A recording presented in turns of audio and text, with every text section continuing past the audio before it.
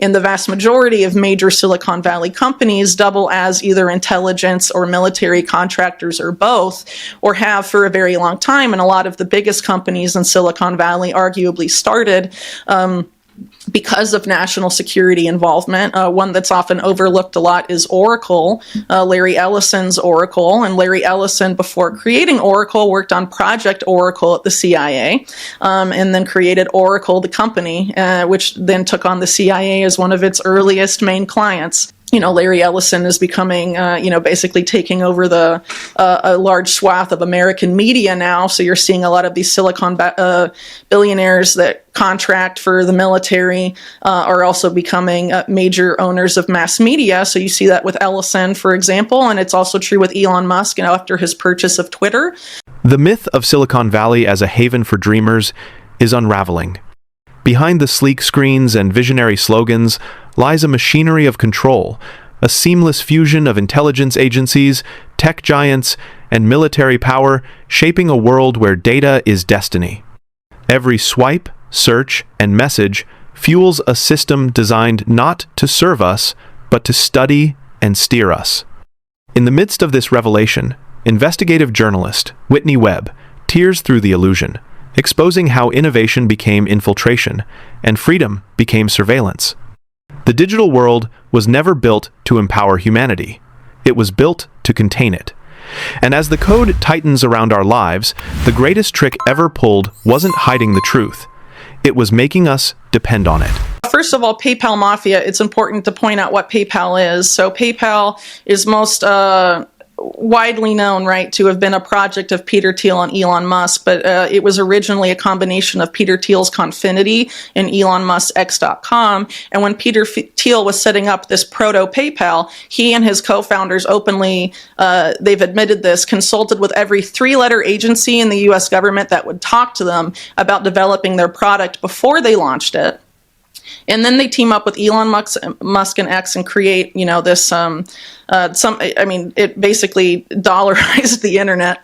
It made the dollar the de facto currency of the internet, and it had a very huge reverberations for the early fintech space. But of course, as I just said, they did this hand in hand with the U.S. government. And it's really no surprise that you see, when it's sold, when they sell PayPal to Pierre Omidyar of eBay, Peter Thiel moves into this effort to privatize total information awareness, the algorithm for Palantir having started as PayPal's anti-fraud algorithm initially, and then being developed to become what it is today. And so since then, you have a whole network of people that have either been proteges of these figures or worked at one point for PayPal. For example, the current AI and crypto czar at the White House, David Sachs, a former top executive at PayPal with Thiel. And all of these other people. And of course, J.D. Vance, the current vice president, is intimately connected to Peter Thiel. His whole career in VC is entirely responsible. Peter Thiel's entirely responsible for that. And also, Thiel was the main donor to a lot of his political campaigns, and he would not be the vice president if it wasn't for Peter Thiel. He wouldn't even be a politician, probably. So Thiel's influence is incredibly significant. It was also arguably significant during the first Trump administration, but I think now it's quite clear that this is, the PayPal Mafia's moment. You've had these particular figures have an extremely significant influence on U.S. government policy, since January, including the extreme distribution of AI throughout the U.S. government. And this includes not just well-known figures of the PayPal Mafia, but people, a lot of former employees for Palantir have been placed throughout, maybe positions throughout the U.S. government that you don't think a lot about, or most people don't think a lot about, chief information officers of various departments and things like that. There's a considerable very considerable amount of influence. And what I find particularly troubling about this is that a lot of these PayPal mafia figures, Thiel, Musk, and Vance, among others, are extremely close to, or acolytes, really, of the philosophy advocated by a fellow named Curtis Yarvin, whose and political philosophy is essentially that the way to solve the problems of our current system and current bureaucracy is to basically completely privatize the state and install a CEO in place of the president who would rule essentially as a dictator, which is completely bonkers. And it's amazing that people, have allowed people like Peter Thiel or even Yarvin himself to masquerade as so-called libertarians when they're very in favor of the authoritarian abilities of the state. They just want to sufficiently privatize it before allowing that authoritarianism to continue and expand. And you can also see how a lot of these people are also, war profiteers. Palantir, of course, not only is this tool of mass surveillance, it's a tool of mass murder used by the U.S. Army and also by the IDF to decide who lives and who dies in Gaza. And a lot of these other people that have been Thiel proteges, for example, like Palmer Luckey in Anduril, which Luckey co-founded with Trey Stevens, who's also affiliated with the aforementioned Epstein-funded Carbine 911. Anduril is ushering in this era of autonomous warfare and bankrolled, of course, by Peter Thiel. And they're also developing the so-called smart wall on the U.S.-Mexico border. And really, these people are developing very Orwellian, disturbing systems with not just domestic implications, but also very significant implications to how the U.S. Military and other militaries operate abroad. And it's extremely disturbing, to say the very least. And a lot of their branding is, we're America first, and so we should replace the old, defense contractor giants like Lockheed Martin, for example, or General Dynamics and these entities, and framing that as a good thing. This is how we're going to defeat the deep state, right? We're going to remove these. It's correct that they're corrupt and terrible companies that have enabled terrible things, but it's not like Anduril won't enable the same sort of thing. It'll just enable it more efficiently and at greater scale and with less humans involved. And is that necessarily better?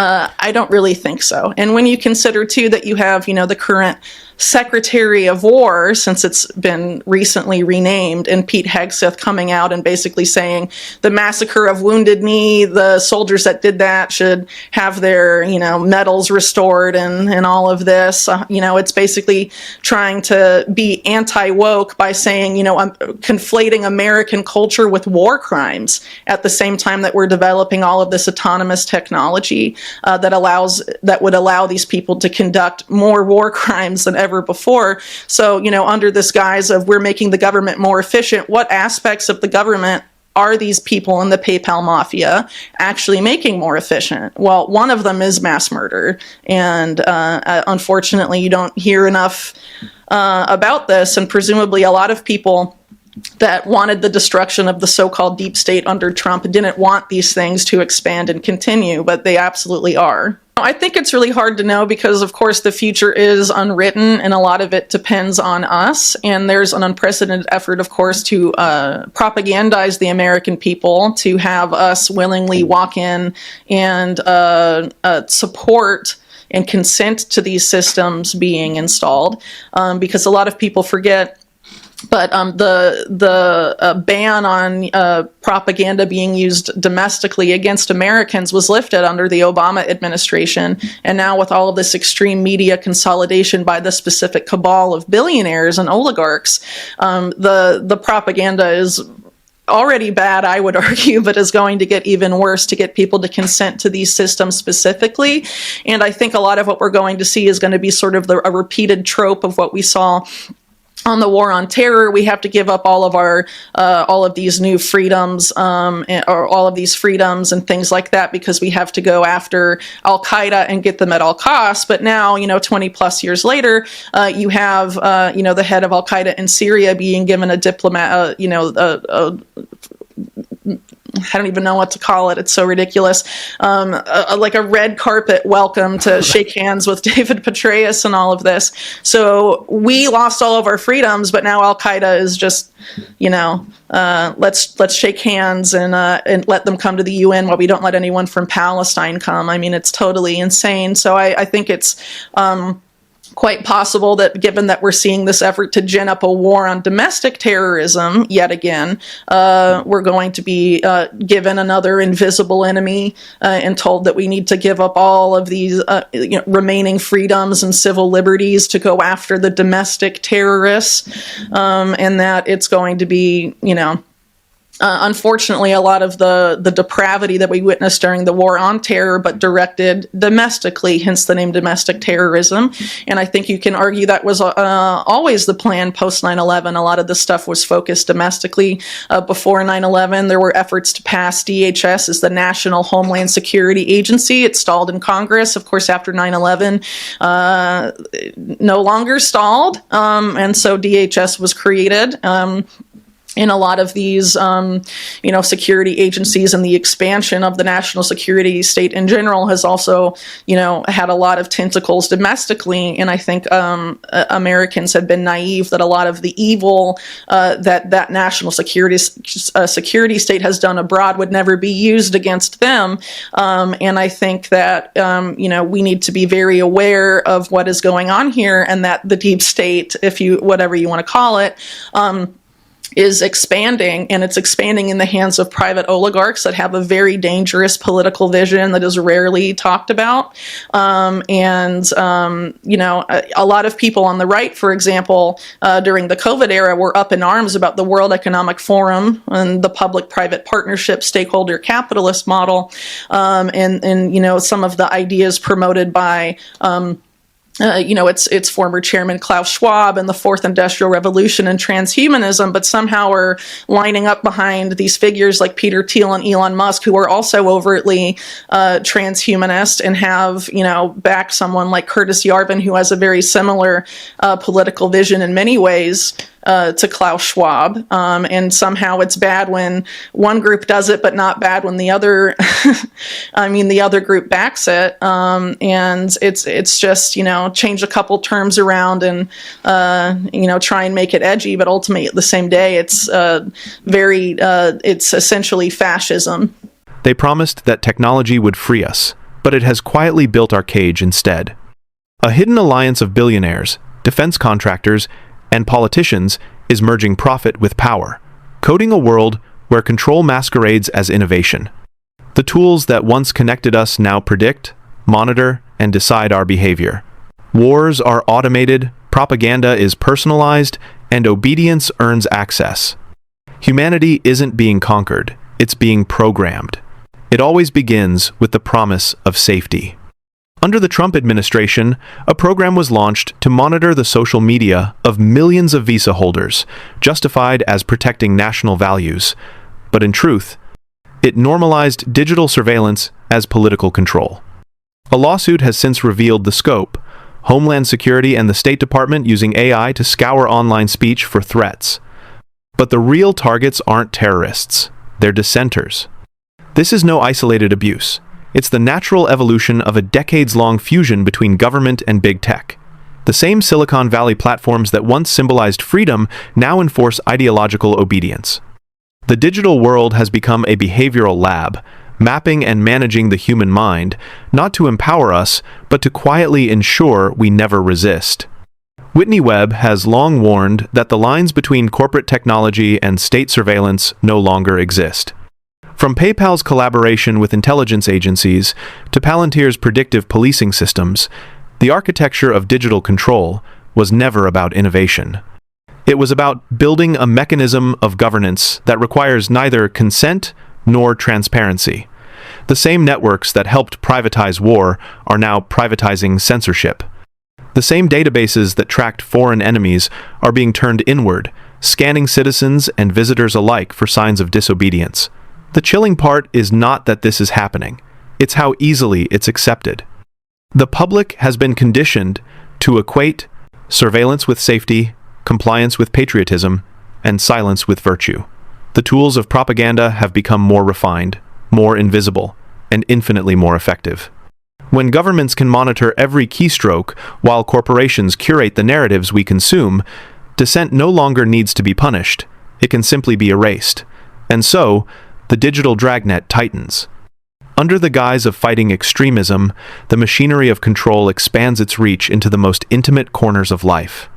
AI systems scrape private messages, facial recognition cameras scan protests, and online speech is sifted for wrong opinions. Those who question the narrative are quietly flagged, their digital footprints marked for review. The great irony is that this all unfolds in the name of democracy, while the principles of free expression that define it are systematically dismantled. The pattern is clear, and the danger is real. Today, it's foreign visa holders. Tomorrow, it's journalists, activists, or anyone whose words challenge the state-approved consensus. A society that censors its critics in the name of protection is a society preparing for obedience. When the boundaries of acceptable thought are drawn by algorithms and enforced by invisible watchers, freedom no longer disappears in an instant. It fades quietly, one deleted post at a time. As we wrap up, do you think technology is liberating us or quietly enslaving us? Let us know your thoughts in the comments below. Share this video and hit the like button. Thanks for watching, and don't forget to subscribe.